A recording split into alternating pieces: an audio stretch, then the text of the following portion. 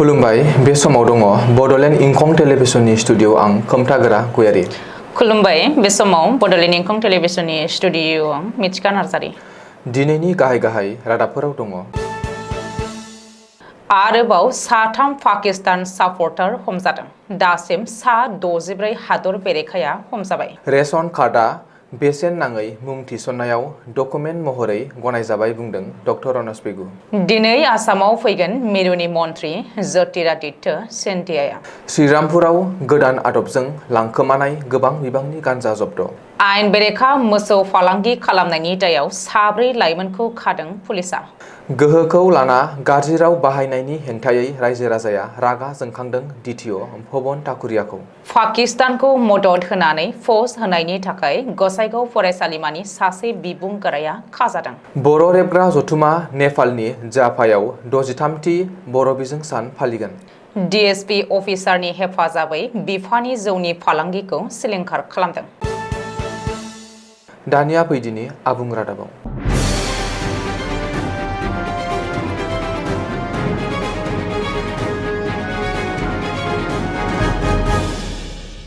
आसामाव सासेनि उनाव सासे देशद्रोही हमजादों। जम्मु काश्मीरनि पेहेलगाम जाथायनि उनाव हादरनि बेरेखा बिबुंथि आरो सुथुर हादर पाकिस्तानखौ सापर्ट खालामनानै ससियेल मिडियायाव पस्ट होनाय माखासे सुबुङा हमजाबाय।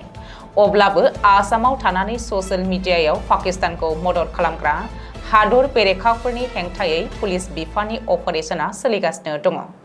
आसामनि गुबुन गुबुन जायगानिफ्राय दासिम सा 64 पाकिस्तान मोजां मोनग्रा एन्टि नेशनेलफोरखौ हमनाय जाबाय। रिपर्ट बायदिब्ला बृहस्पतिबारखालिबो आरफान आली मुंनि सासे पाकिस्तान मोजां मोनग्राखौ तेजपुरनिफ्राय हमनाय जायो। तेजपुर गडलुंनि आरफान आलीआ फेसबुकआव पाकिस्तान जिन्दाबाद लिरदोंमोन। दायनिगिरि आरफानखौ तेजपुर सदर पुलिस थानायाव रेजिस्टार जानाय केस नाम्बार 317/2025 नि सिङाव आइपिसिनि 152/196 क्ल'ज 1 AV 197 साब क्ल'ज 1 धाराजों लोगोसे RW 66 IT Act 2000 नि सिङाव हमनाय जायो। बेनि उनाव आरफानखौ तेजपुर जुडिशियेल कर्टआव हाजिर खालामनाय जादोंमोन आरो उनाव जुडिशियेल कास्टडियाव दैथायहरो। गुबुन फारसे तामुलपुर सोहागपुरनिफ्रायबो सासे पाकिस्तान मददगिरिखौ हमनो हायो होननानै खौरां मोन्दों। हमजानाय हादर बेरेखा सुबुंखौ रशिद आली होननानै सिनायथिदों। रशिदनि न'आ तामुलपुरनि सोहागपुरनि दरङागाव गामियाव। पाकिस्ताननि मददगिरि रशिदआ ससियेल मिडियायाव भारतनि बेरेखा बिबुंथि होदोंमोन आरो पाकिस्ताननि मददआव पस्ट खालामदोंमोन। बेनि उनाव बजरं दल आरो हिन्दु सुरक्षा परिषदआ होनाय अजदनि सायाव बिथा खालामनानै रशिद आलीखौ खानाय जायो। श्रीभूमि जिल्लानि कालीगन्जनि आब्दुल हुसैन मुंनि गुबुन सासे हादर बेरेखाखौबो भारत पाकिस्तान दावहानि सोमोन्दै गाहाय मन्त्रि नरेन्द्र मदिया देशबासिनि सिगाङाव बिबुंथि होनाय भिडिअखौ गाज्रियै एडिट खालामनाय दायाव हमदों। मख'नो गोनांदि बृहस्पतिबारखालि आसामाव साथाम हादर बेरेखा आरो पाकिस्तान मोजां मोनग्राखौ हमनो हायो।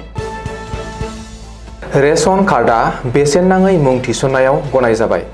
फरायसाफोरनि मुं थिसननायखौ गोरलै खालामनो रायजोनि गासैबो सोलोंथायारि फसंथानाव बेसेन नाङै मुं थिसननायनि थाखाय रेशन कार्डखौ मोनसे गनायजाथाव फोरमानलाइ महरै गनायथि होनाय जाबाय होननानै ससियेल मिडियानि गेजेरजों फोसावदों सोलोंथाइ मन्त्रि डक्टर रनस पेगुआ।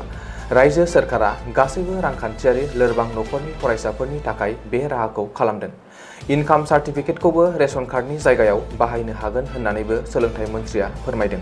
मख'नो गोनांदि फरायसा आरो बिमा बिफाफोरा गोदान सोलोंथायारि बोसोरनि थाखाय थियारि खालामगासिनो आरो रायजो सोरखारनि मासुल रेहाय हाबाफारिनि गेजेरजों हेफाजाब नागिरगासिनो थानायनि गेजेरावनो बे गेदेर बाथ्राखौ फोसावदों सोलोंथाइ मन्थ्रिया। बेखौबो मख'नो गोनांदि बे आगाना डकुमेन्टेसन बिखान्थिजों गोरलै खालामगोन आरो इनकाम सार्टिफिकेट दिहुननायाव गोबाव जानानै मुं थिसननायाव जेंना नुजाथिनायनिफ्राय उदां खालामगोन। बे बोसोरनि गिबियाव आसाम सोरखारा बेसेन नाङै मुं थिसननाय बिथांखिनि थाखाय बोसोरारि आय सिमाखौ 2 लाखनिफ्राय बांहोनानै 4 लाख रांसिम खालामदों। बबेखानि 2024 मायथाइयाव रायजोनि गुबुन गुबुन फरायसालिमाफोराव मुं थिसननाय 1.66 लाख फरायसाफोरनि गेजेराव 71% बेसेन नाङै मुं थिसननायनि मुलाम्फाखौ मोनदोंमोन होननानै सोलोंथाइ मन्थ्रि डक्टर रनज पेगुआ मिथिहोदों। आसामाव फैगासिनो दङ मिरुनि कमिउनिकेशन एबा फोनांजाब बिफान आरो डनार मन्थ्रि ज्योतिरादित्य सिन्धियाया मिथिनो हानाय बायदिब्ला मिरुनि फोनांजाब बिफान आरो डनार मन्थ्रि ज्योतिरादित्य सिन्धियाया दिनै आसामाव दावबायफैगोन। गुबुन गुबुन माखासे सोरखारि हाबाफारिफोर लानानै दिनै आसाम दावबायगोन मन्थ्रि ज्योतिरादित्य सिन्धियाया। मिरुनि मन्थ्रिया गिबि मन्थ्रि डक्टर हिमन्त बिश्व शर्माजों लोगोसे मोनसे रिभिउ मेलावबो बाहागो लानायनि बाथ्रा। सुलुङाव फोरमायथिनाय बायदिब्ला development of north east region सुंद'यै डनारनि सिङाव आसामाव सोलिगासिनो थानाय गुबुन गुबुन बिथांखिफोरनि मावफुंनाय आरो जौगाखांनायनि सायावबो नायबिजिरनानै खौरां लागोन मिरुनि मन्थ्रि ज्योतिरादित्य सिन्धियाया।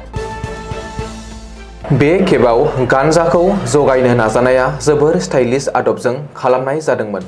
दावबायारिफोरजों नङा, नाथाय दावबायारिफोरनि थाखाय बानायनाय मोनसे सोलो गोनां सोलायनाय गारिखौ बाहायनानै।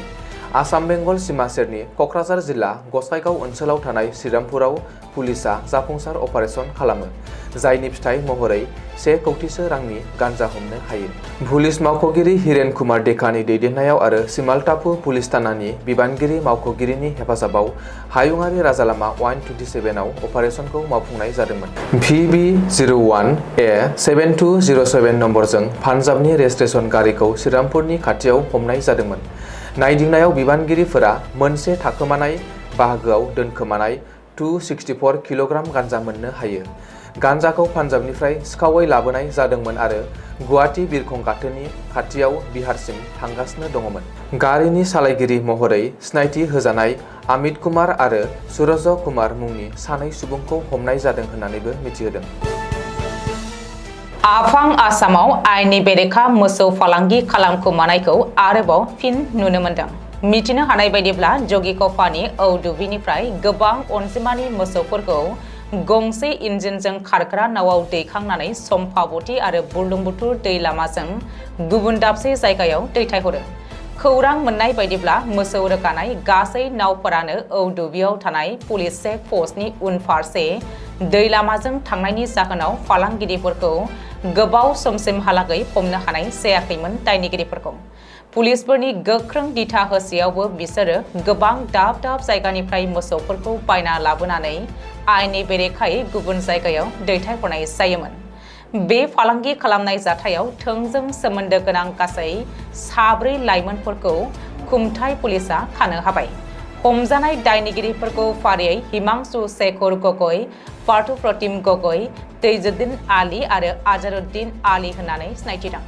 बबेखानि बे जाथायनि सायाव कमल कुर्मीआ कमप्लेन होनाय बायदियै भारतीय न्याय संहितानि दफा 24/25, 303 क्ल'ज 2 आरो 3 साब क्ल'ज 5 नि गेजेरजों खुंथाय पुलिस थानायाव केस जाबसिननानै होनायजों लोगोसेनो दायनिगिरिफोरखौ पुलिस कास्टडियाव दैथायहरनाय जाबाय।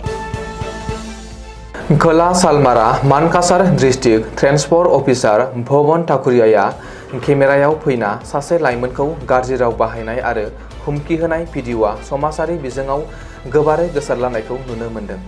मिन्थिनो हानाय बायदिबा जेब्ला सासे लाइमोना गावनि मोननांगौ मोनथायनि रांखौ होनो थाखाय DTOनि साखाथियाव थांदोंमोन अब्लानो बे जाथाया सोमजिदोंमोन। बबेखानि जेंनाखौ सुस्रांनो नाजानायनि अनगायैबो DTO भवन ठाकुरियाया अजद होनाय बायदियै उल्थायैसो रायजो राजानि सिगाङाव गाज्रि राव बाहायनायजों लोगोसे सिगिदोंमोन होननानै रिपर्टआव बुंदों। जाहोनाव भिडिअ'आ माखासे समनि गेजेरावनो गोसारलानायाव नोगोरारिफोरजों समाजाव बिनि आखुआ बिजिरजानायखौ नुनो मोन्दों।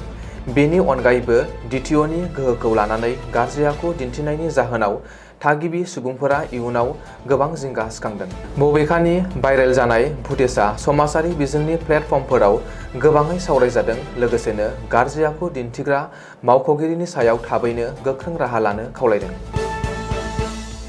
भारत पाकिस्तान दावहानि समाव पाकिस्ताननि मददआव समाजारि बिजोङाव पस्ट होनानै आसामनि गोबां सुबुङा हमजानाय समावनो बे समाव क'क्राझार जिल्लानि सिङाव थानाय गसाइगाव फरायसालिमानि सासे इंराजि बिफाननि गाहाय बिबुंगोराखौ पाकिस्ताननि मददाव समाजारि बिजोङाव पस्ट शेयार खालामनायनि दायाव गसाइगाव पुलिसआ हमदों।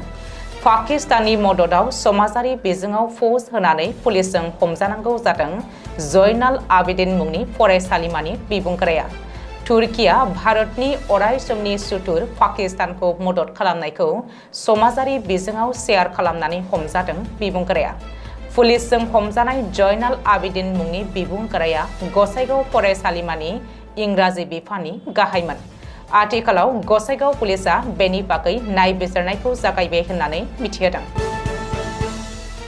बर' रेबग्रा जथुमा 63थि बर' बिजों सान फालिनो लाहार फाहार खालामदों। बर' रेबग्रा जथुम आरो नेपालनि मेसे समाज सिबियारि आफादनि जुथाइ बानजायनायाव नेपाल हादरनि क'चि रायजोनि आवथा जाफा जिल्लानि धानजायाव मेसे समाज सिबियारि आफादनि नयुङाव सानसेनि मेहेरगोनां हाबाफारिजों 18 मे बर' बिजों सान फालिनो लाहार फाहार खालामदों। हाबाफारि बायदियै फुंबिलियाव बर' रेबग्रा जथुमनि आफादगिरि राजेन बसुमतारी आरो मेसे समाज सिबियारि आफादनि आफादगिरि बिरेन्द्र मेसिया फिरफिला बिरहोगोन। बेनि उनाव बर' बिजोंनि मुङाव आलारि फोजोंनाय आरो रुंसारिफोरनो बिबार बावनाय हाबाफारि बावजेनगोन बर' रेबग्रा जथुमनि गाहाय नेहाथारि आनन्दराम औवारिया। बेनि उनाव मान बावनाय अनथोब होनाय आरो बर' बिजों साननि सायाव सावरायमेल खुंनाय जागोन। हाबाफारियाव नेपाल हादराव गिबिसिन बर' राव फोरोंगिरि सुनिता मेसे, बर' राव आयदा बिजाब लिरजेनगिरि सन्थलाल मेसे, मेसे समाज सुदार समितिनि गायसनगिरि गाहाय नेहाथारि कानाइलाल मेसे, मेसे समाज सुदार समितिनि गायसनगिरि सोद्रोमा सन्तबिल मेसे, नेपालनि गाहाय मन्थ्रिनि थिसनजेननायाव पार्सनेल सेक्रेटारि रश्मि मेसे आरो नेपालनि गुदि फरायसालियाव बर' आयदा फरायनाय फरायसाफोरनो अनथोब होनाय जागोन। गुवाहाटी पुलिसआ गोख्रों सिग्रोमनायनि गेजेरजों नोगोरमानि उजान बाजार ओनसोलाव आयेननि बेरेखा जौ फालांगि खालामनायखौ फोजोबस्रांदों। मख'नो गोनांदि जौ फालांगि खालामग्राखौ DSPनि बिफा धन दास होननानै सिनायथिनो हादों।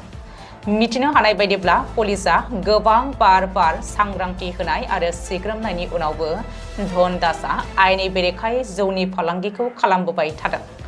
मख'नो गोनांदि जेब्ला धन दासनि फिसाजो APS मावख'गिरिया लटासेल पुलिस थानायाव बिफानि आयेननि बेरेखायै जौ फालांगि खालामनायनि सोमोन्दोखौ लानानै सावरायहैदोंमोन, अब्लासो जाथायनि सायाव गोख्रों राहा लानाय जादोंमोन। बेनि अनगायैबो बे जाथायनि बागै DSP अमिताभ बसुमतारीयाबो फोरमायथिदों दि जों धन दासनि फिसाजोनिफ्राय गोनांथार खौरां मोनदों, जाय सासे APS मावख'गिरि।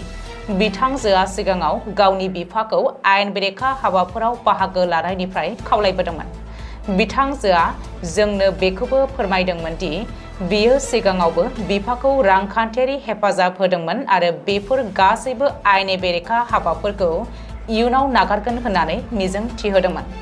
मावख'गिरि आरो बिथांनि नखरनिफ्राय नागारनायनि गले गले बिथोन होसेयावबो धन दासआ नेवसिगारनानै आयेन बेरेखा फालांगिखौ मावदोंमोन। मख'नो गोनांदि पुलिसआ धन दासनि न'आव सिग्रोमनायनि गेजेरजों गोबां बिबांनि बिलाथि जौनि बथलफोरखौ बोखांनो हादोंमोन। गावनि बिसि गदायनि हेफाजाबैनो आयेन बेरेखा जौनि फालांगिखौ मावदोंमोन धन दासआ। मख'नो गोनांदि धन दासनि गिबि बिसिनि फिसाजो APS मावख'गिरिया आथिखालाव सनितपुर जिल्लायाव सासे DSP महरै खामानि मावगासिनो दङ। दिनैनि रादाबा एसेनोसै। गोजोन्थों।